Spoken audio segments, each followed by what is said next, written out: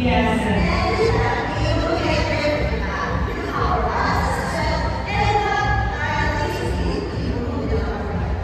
Actually, we like the idea of having an interview with this one of the customers. We get to be, shopping a lot of products, and it is kind of exciting. We are able to showcase what they offer, and at the same time, our agents, of course, are so happy to explore our customers. It's really well and a beautiful idea. Yes, and in terms of products and more, how do you come up with a lot of offers? We come up with a lot of offers based on the needs also of our customers. We realize that customers not only has their needs, but they also have their wants. So we just need to offer our basic product.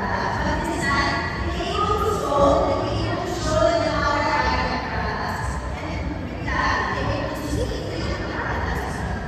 Yes, that's right. So, I guess I'm super excited to take a look at our products. Thank you very much for support. At this time, let's go through the product highlights of the fun activities, of course.